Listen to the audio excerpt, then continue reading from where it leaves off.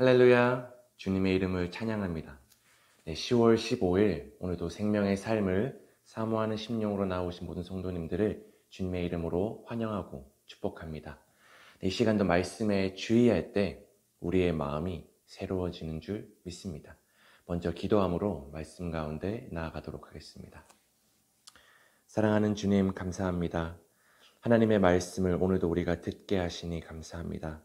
말씀을 들을 때 우리의 믿음이 자라난다고 말씀하셨사오니 이 시간 말씀을 통하여 우리의 믿음이 주님께 반응하고 그 반응으로 주의 말씀대로 순종하며 나아갈 수 있도록 도와주옵소서. 예수님의 이름으로 간절히 기도합니다. 아멘. 네, 오늘 함께 묵상하실 말씀은요, 욥기 8장 1절에서 7절까지의 말씀입니다. 먼저 오늘의 말씀 요약을 제가 읽어드리도록 하겠습니다. 수아 사람 빌닷이 욥의 불평을 듣고 질책합니다. 빌닷은 전능하신 하나님의 공의를 확신하며 하나님을 찾으라고 합니다. 전능하신 이에게 간구하고 또 청결하고 정직하면 하나님이 반드시 돌보실 것이라고 이야기합니다.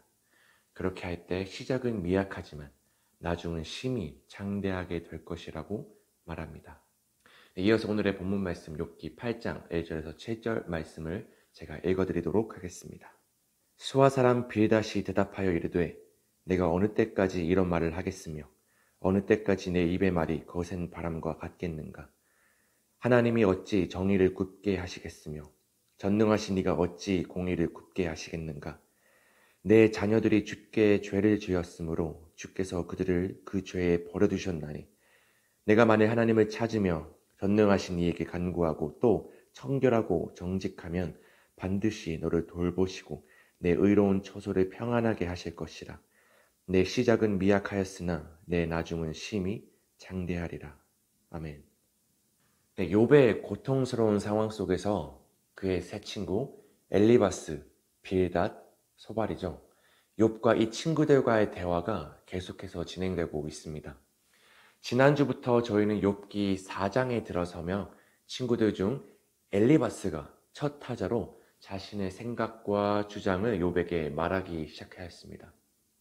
그리고 욥이 그에 대해 답변을 하자마자 이제 두 번째 타자죠.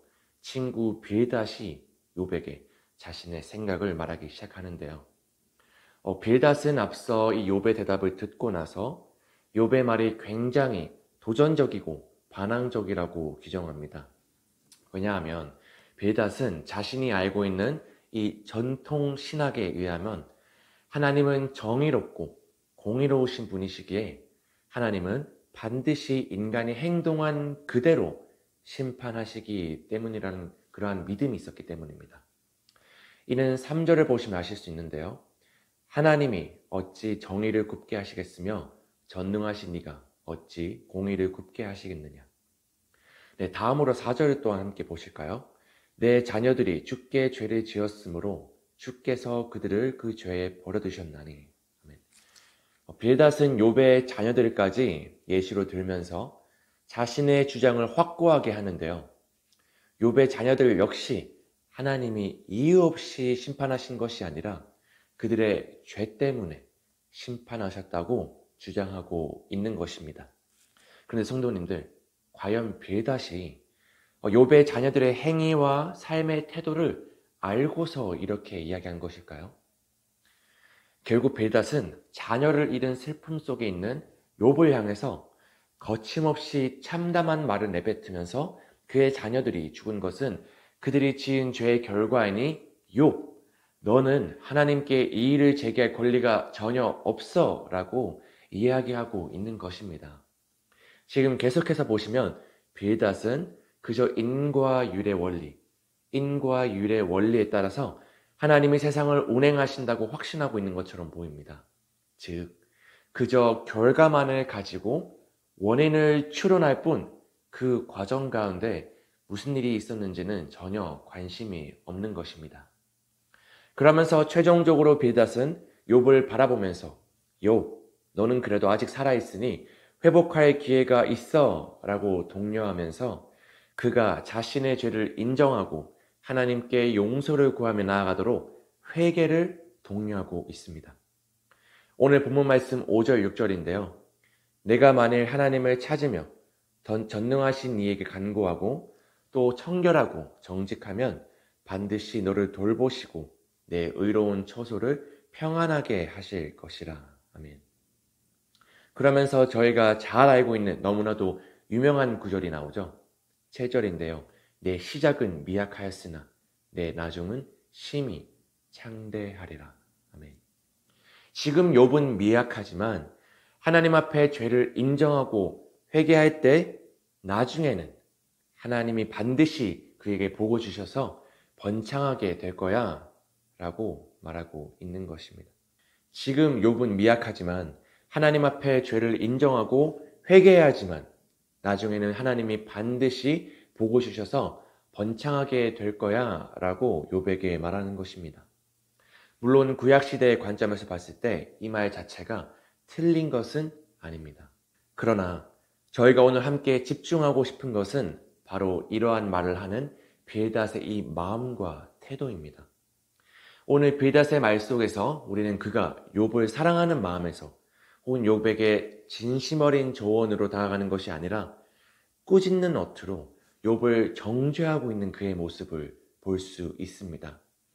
사랑하는 성도님들, 오늘의 이 말씀은 우리의 삶에 너무나도 필요하고 반드시 적용되어야 될 말씀이라 생각합니다. 모태신앙으로 태어나 혹은 이후에 예수님을 믿어 10년, 20년, 30년 이렇게 오랫동안 신앙생활을 하다 보면 어느샌가 우리도 모르게 말씀도 나름 많이 읽었고 설교 때 들은 말씀도 많아서 그런지 우리는 지식적으로만 성장하는 경우가 때로 있습니다. 그러나 말씀의 지식만 가득할 때는 우리는 누군가의 행동을 보고서 쉽게 판단하고 정죄하기 쉽다는 사실을 꼭 기억해야 될 것입니다. 말씀으로 상대를 진단하는 것이라 생각하지만 그 속에 우리 마음의 깊은 내면에서는 나는 저 사람과 같지 않아. 저렇게 살아서는 안 되지. 저 사람은 이 말씀에 불순종해서 벌을 받는 거야 하면서 이와 같은 교만한 마음이 있을 수 있다는 것입니다. 이것이 바로 오늘 빌닷의 모습을 통하여 우리가 진단해야 할 삶의 과제인 줄 믿습니다. 만일 우리가 빌닷이었다면 우리는 정죄와 비난으로 욥을 판단하는 태도를 취할 것이 아니라 우선으로 심판하시고 판단하시는 분은 하나님이신 것을 기억하고 상대방을 위해 겸손히 중보하며 기도하는 마음이 필요했습니다. 디모데전서 5장 22절 말씀인데요. 아무에게나 경솔히 안수하지 말고 다른 사람의 죄에 간섭하지 말며 내 자신을 지켜 정결하게 하라. 아멘. 하나님의 말씀은 남을 판단하고 정죄하기 위함이 아니라 바로 자기 자신을 바라보고 점검하기 위한 것입니다. 물론 우리가 권면하거나 훈계를 해줘야 할 순간이 찾아오기도 합니다. 그러나 반드시 그 전에는 상대방을 위해서 사랑으로 기도하는 시간이 선행되어야 하고요. 하나님 앞에 지혜를 구하며 그 권면할 내용들을 말씀으로 점검하고 또 점검하는 이러한 충분한 시간들이 꼭 필요한 줄 믿습니다.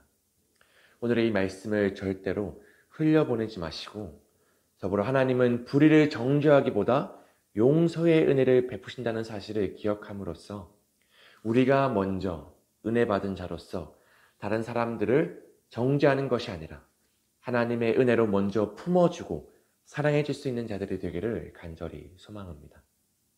따라서 오늘의 말씀을 마음속 깊이 새기시며 다음과 같은 적용 질문을 함께 생각해 보셨으면 좋겠습니다. 빌닷이 하나님의 정의와 공의에 관해 확신하는 바는 무엇인가요? 이러한 확신이 주는 유익과 더불어 위험성은 무엇인가요? 오늘의 질문이 조금 길다고 말씀하실 수 있으신데 저는 이 질문 가운데 뒤에 있는 질문이죠. 이러한 확신이 주는 유익과 더불어 위험성은 무엇인가요? 이 부분에 포커스를 두고 싶어 부연 설명을 위해 이 질문을 통으로 한번 읽어드렸습니다. 하나님은 정의와 공의로우신 분이시며 말씀 가운데 하나님 그 자신은 누구시며 우리 자신은 누구인지 모두 기록해 놓으셨습니다. 결국 이 말씀은 우리 개개인의 영혼이 잘 되기 위한 것이지 상대를 판단하기 위한 것이 아님을 다시 한번 기억하셨으면 좋겠습니다. 더불어 예수님께서는 우리가 첫째로 하나님을 사랑하고 둘째로는 이웃을 내 몸과 같이 사랑하라고 말씀하신 것을 함께 기억하시며 오늘의 이 적용 질문을 답해 보시면 보다 유익이 되실 것이라 생각합니다. 다음으로 한 절 묵상을 통해서 오늘의 말씀을 정리하도록 하겠습니다. 빌닷은 욥이 당하는 고통의 문제에 대한 답을 내놓습니다. 하나님은 그릇된 일을 행하시는 분이 아니기에 욥과 그의 가족이 당하는 모든 고통은 결국 그들의 탓이라는 것입니다.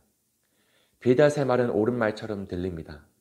하지만 빌닷의 고면에는 선하신 하나님이 창조하신 세상에 왜 비극과 애매한 고난이 늘 존재해 왔는지에 대해 고민한 흔적을 찾아볼 수 없습니다. 고민 없이 말하는 정답은 해결책이 아닌 폭력이 되기 쉽습니다. 네, 이것으로 오늘의 생명의 삶의 시간을 마무리하도록 하겠습니다. 기도함으로써 함께 마무리하겠습니다. 사랑하는 주님, 이 시간 우리의 삶의 주인 되신 주님을 찬양합니다. 오늘 빌닷의 모습을 통해서 겉으로 드러나는 모습만으로 하나님의 공의를 함부로 단정 짓는 일이 얼마나 어리석은지 깨달았습니다. 우리도 때때로 고난은 위로받기 원하면서도 다른 사람의 고난은 판단하려 했던 것을 이 시간 용서하여 주옵소서. 이제는 상대를 정죄하고 판단하는 생각은 버리고 오직 하나님의 긍휼만 구하며 고통 가운데 있는 이웃들의 고난에 동참하는 진실한 중보자가 되게 하여 주옵소서. 이 모든 말씀 우리 주 예수 그리스도의 이름으로 기도합니다. 아멘.